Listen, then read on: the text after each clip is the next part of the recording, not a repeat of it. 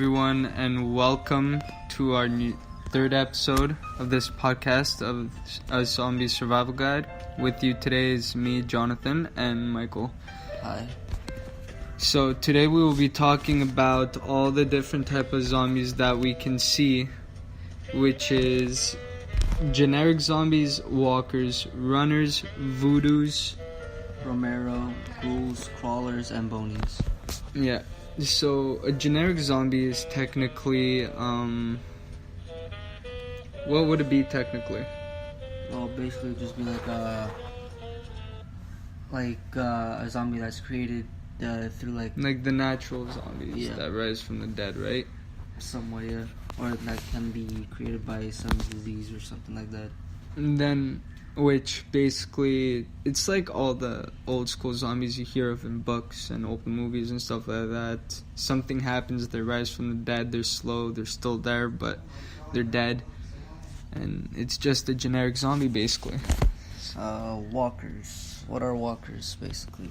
Walkers are basically zombies that are like generic zombies, but the only thing is they're way more slower and they can't really run since their limbs don't really work. Walkers are basically the zombies that... Generic zombies, they're the fresher dead that come. They're like They're like the fresh ones, basically. And then there's the walkers where they've been dead for a really long time, like months and months and months, and then they got reanimated into life. So which makes their limbs half rotten and they can't walk properly or run. Mm-hmm. So basically that would happen. Runners. Well, basically runners are the same thing as generic zombies, but difference is they run pretty fast. They could basically, if it's rabies or whatever, anything like that, or if... And basically not a virus that makes you fully dead come to life. There could be viruses that make you sick then fall asleep. At that point, drugs. Drugs also, like there's a new drug called Flocka. Super, there was way more bath running, salts. way more running speed, way more strength than a regular human, more shots to the chest unless you get it to the head, and those are what runners are. So next we got voodoo zombies, which is pretty weird, I find. Basically, voodoo zombies are basically like... You know, black magic, basically, you need a proper witchcraft girl to be able to possess. Basically, all it takes is just a voodoo doll and the DNA of the person that you wanna control. Well, it's more complicated than that, but it's summarized basically what you said. But it's really hard. It's mainly there was only one case that I read in a zombie book of real stuff, and there was one back in 1999 or 98 where there was a girl from Africa who died. No, that was not the 90s, I'll tell you that. She died, and basically like her neighbor or late husband or whatever saw her walking around, but she wasn't replying to him. It was her neighbor. Basically, the story was I think a week after she died, the neighbors saw her walking through the streets, but as the neighbor called out to her, there was no reply. And she didn't know what she was doing. She was stuck gardening the whole time. Yeah, and there was a photo taken of her, and basically all you saw was her mouth like open and her eyes were like completely shut. And her hair was like messed up. It was pretty fucked up. Yeah, literally, I still get goosebumps just thinking of that. Yeah. Next we have Romero zombies, which are basically, if you watch George A. Romero, the movies of Night of the Living Dead, Dawn of the Dead, stuff like that. It's basically the zombies that aren't rotten or anything, but they were brought back to life, and they're way more slower, and I find really more stupid than regular generic zombies or whatever. Alright, ghouls. Ghouls?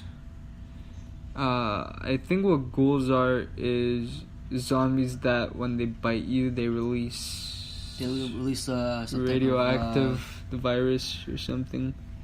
Like their spit on your skin could just turn you... They kind of like transmit some type of... radioactive shit. Some radioactive toxin that'll basically turn you into one of them in like just a couple of hours or so. Maybe even quicker than that. Yeah.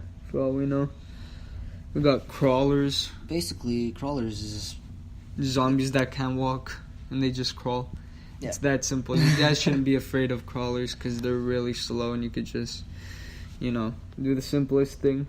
Then we got bonies, which are the zombies that are halfway or like 80%. Bone. No, not bone, but more like rotten. So like half their body is really skinny, like no meat whatsoever, or they're, like you said, full of bones.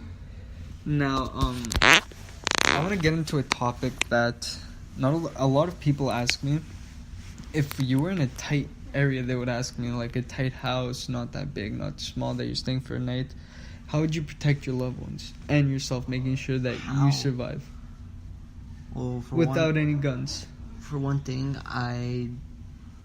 before I find an area, I would go scavenge as much as I can, find whatever supplies I need. Because don't forget, we already said that our first rule is never to stay in one place more than 2 nights. Let's say you have no choice.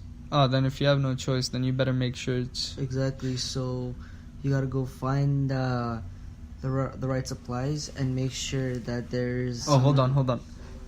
Also, don't forget, if you're looking for a place to stay, why would you go into a really small house? That would be really dumb for you to do. You're not supposed to go into a really small house. Try to find... Small houses, yeah, they're good because then, the exit door... But at the same time, zombies break in, you're screwed, you're fucked. But then there's also, let's say you have a big house. What if you didn't clear one area? Exactly. So you have to be careful. I would suggest like a cabin or something that has a window in the back that you could just break through and go, But yeah, make sure, as Michael said, make sure you have a lot of supplies and make sure that... Yeah, and make sure you have shit that's lying around that's good enough to barricade all entrances, so windows, doors. You would need a hammer and nails for that. Every house must have a toolbox of some sort, or you could craft one. Just grab a really heavy stick or the end of your knife, the handle of your knife, and just hit the nail in. It doesn't even have to be a nail. It could be what could it be? There must be something more than just a nail that you could use to keep it on. Tape. Duct tape fixes everything, But yeah, basically make sure you feed them first and always feed yourself last because, of course, you're the man of the family, and you gotta make sure that you're only living so they could survive, So make sure of that. Make sure you have sturdy knives so the handle doesn't break or anything. And make sure you have backup plans if something were to happen. Always, whenever you enter a building, leave a box against the door, have a bit open so you could see the exit door and dash for it. Because if you don't and you're running in circles, it's not Call of Duty, And for all you players out there, I'm not trying to be rude, that think that you guys could survive a zombie apocalypse. I probably can't even survive a zombie apocalypse, nor Michael or anybody. And we practice all the time for it. But just because you play video games doesn't mean that you know what you're doing. There's no power-ups where you drink something unless you're drinking like a fucking energy drink or you're taking cocaine, which I advise. I'm not saying you guys should take any of that. Never do drugs. I don't condone that. Yeah, basically, if you're gonna play video games, don't think that you can survive stuff through video games. I've heard numerous of people. That's just the dumbest. So many people that I know that say that, and it's so dumb because not even Bruce Lee could probably survive a zombie apocalypse. It's that simple. Well, I mean, no, literally, yeah, he'll last a while, but he won't survive that long. True. And make sure you guys have a lot of peanuts. I mean, if you're allergic, then no. But if you're not allergic to it, if you have no food, remember peanuts are the best things to go to because of the nutrition values and there's a lot of protein in that, so you don't have to worry about anything. That, and try to stock up on water as much as you can, because the second there's no more water and you gotta purify water, you are so screwed. Well, actually, you need something heated for it to boil water. You have to boil the water so to you purify it. So you gotta get make sure you have a pot with you in case. Put water in it and just heat it up through a campfire. Or you could craft your own. also. And how would you be able to craft a pot? If you see any metal plates or whatever that aren't too thick, you could bend them or whatever. Or let's say you find a little bucket, a metal bucket, or a trash can. True.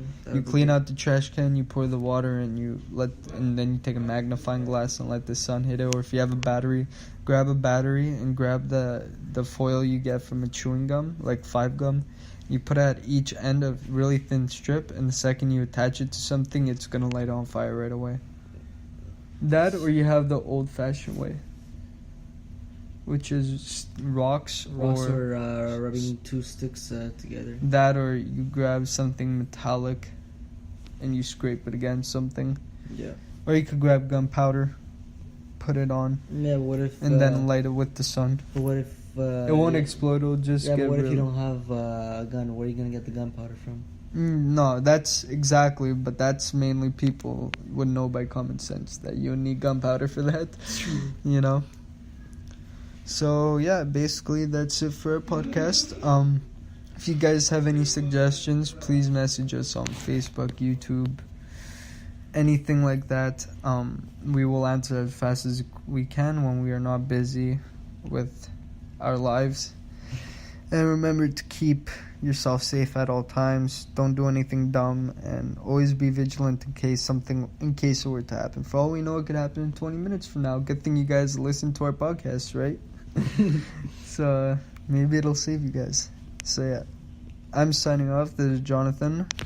Signing out, this is Michael. Have a good night, and don't get bit, and try to survive. Ciao, guys.